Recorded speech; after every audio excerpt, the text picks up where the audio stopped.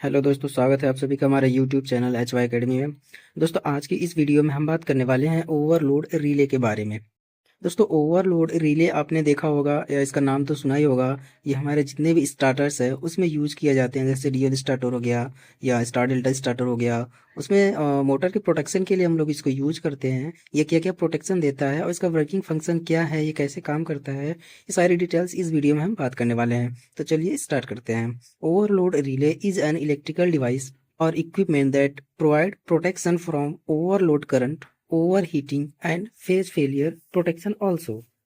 Overload relay जो होता है वह एक इलेक्ट्रिकल डिवाइस होता है जो हमारी मोटर को ओवरलोड करंट से, ओवर हीटिंग से और फेज फेलियर से प्रोटेक्शन प्रोवाइड कराता है। इसके अलावा ओवरलोड रिले के बारे में कुछ कॉमन पॉइंट्स हैं। ओवरलोड रिले को शॉर्ट फॉर्म में OLR के नाम से जाना जाता है। इसके अलावा ओवरलोड रिले को थर्मल ओवरलोड रिले भी कहा जाता है। प्रोटेक्शन बाय ओवरलोड यानी ओवरलोड से प्रोटेक्शन प्रोवाइड कराता है और फेज फेलियर से प्रोटेक्शन प्रोवाइड कराता है। दोस्तों, आपके माइंड में ये क्वेश्चन आता ही होगा कि ओवरलोड कंडीशन होती क्या है। Current flow more than rated current, यानी जो हमारी मोटरें होती हैं उसमें यदि उसकी रेटेड जो करंट होती है उससे ज़्यादा अगर करंट फ्लो होने लगेगी तो वो कहा जाएगा कि जो मोटर है उसके रेटेड करंट से ज़्यादा करंट ले रही है और वह ओवरलोड कंडीशन में चली जाएगी। तो इस कंडीशन में जो ओवरलोड रिले होगा वो ट्रिप कर जाएगा। सपोज के लिए जैसे कि 10 एम्पियर की रेटिंग है हमारी मोटर की। अब अगर मोटर 11 एम्पियर करंट लेने लगी, यानी ये जो रेटेड करंट है इससे ज़्यादा करंट ले रही है।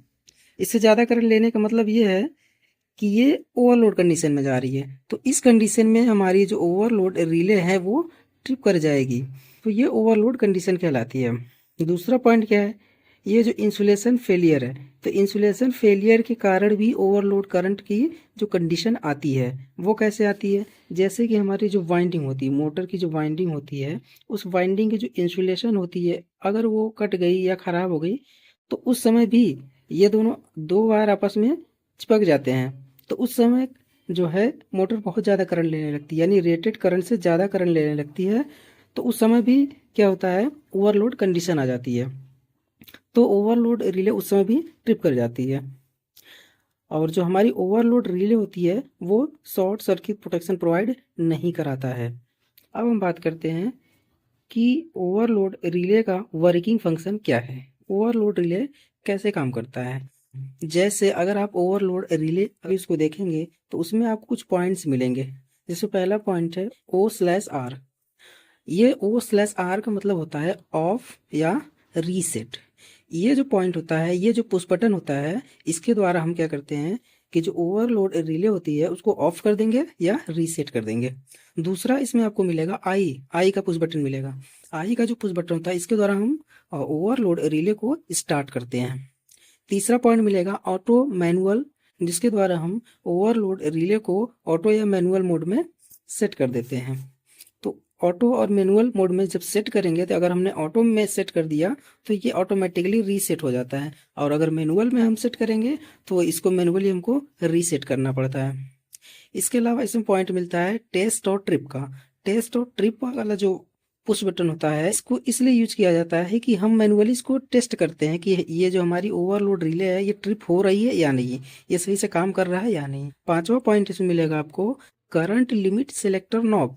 ये एक नॉब की तरह होता है जिसके द्वारा हम ओवरलोड रिले की करंट की लिमिट को सेट करते हैं। यानी कि हमने अगर 10 एम्पियर की करंट लिमिट सेट कर दिया तो जो ओवरलोड रिले होगा वो 10 एम्पियर से ज़्यादा करंट नहीं लेगा। अब दोस्तों हम इसकी सर्किट देखते हैं, पावर सर्किट, ओवरलोड रिले की और कंट्रोल सर्किट। हम इसको सर्किट में लगा कर चेक करेंगे, देखेंगे कि ये कैसे काम करता है। जैसा कि दोस्तों आपको दिखाई दे रहा है, कॉन्टेक्टर का जो आउटपुट होता है वो ओवरलोड रिले के इनपुट पर कनेक्ट होता है। जब आप ओवरलोड रिले लेंगे तो उसमें आपको ये पॉइंट मिलेगा 1L1, 2T1, 3L2, 4T2, 5L3, 6T3। इसके अलावा आपको मिलेगा 95 और 96 के NC कॉन्टैक्ट और 97 और 98 के NO कॉन्टैक्ट। अब ये जो L1, L2, L3, T1, T2, T3 होते हैं, ये इसका इनपुट होता है L1, L2, L3, और T1 और T2 T3 क्या होता है, इसका आउटपुट होता है जो सीधा मोटर से कनेक्ट होता है। अब हम देखते हैं कि इसकी कंट्रोल सर्किट कैसे काम करती है। ये है इसकी कंट्रोल सर्किट, ठीक है। इस कंट्रोल सर्किट में हम समझेंगे कि ओवरलोड रिले कॉन्टैक्टर के साथ कैसे काम कर रहा है। दोस्तों बेसिकली ये हम अगर आपको बता दें तो ये है एक DOL यानी ड्यूल स्टार्टर की कंट्रोल सर्किट डायग्राम, ठीक है। इसमें जो P है ये फेज है और N क्या है, न्यूट्रल सप्लाई है। ये जितनी भी दिख रही है आपको ये सारी वायर है, ठीक है। ये क्या है, वायर है, ठीक है।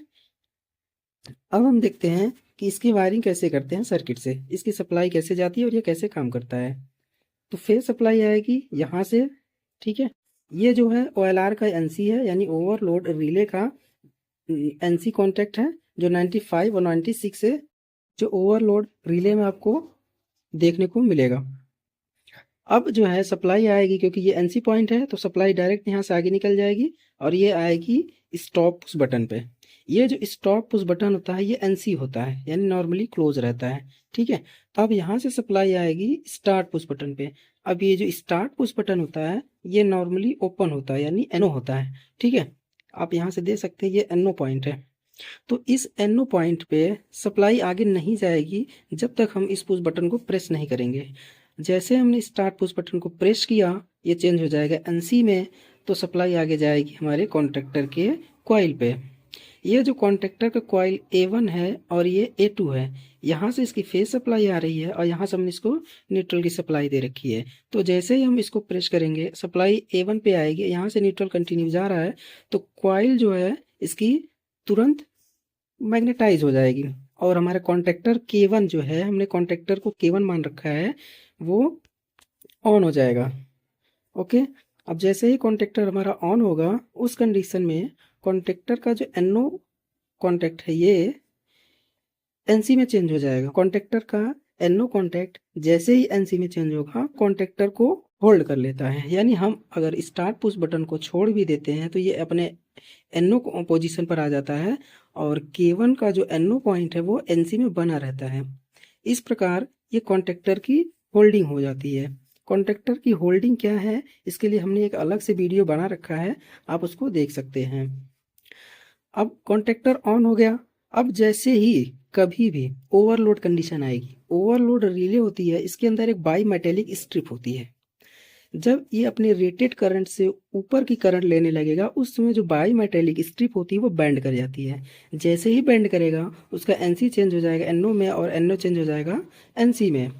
मान लीजिए कि हमारी जो मोटर है वो 10 एम्पियर से ज़्यादा की करंट ले रही है, यानी अपने रेटेड करंट से ज़्यादा करंट ले रही है, क्योंकि हमने यहाँ मान रखा है कि मोटर की जो रेटेड करंट है वो 10 एम्पियर है।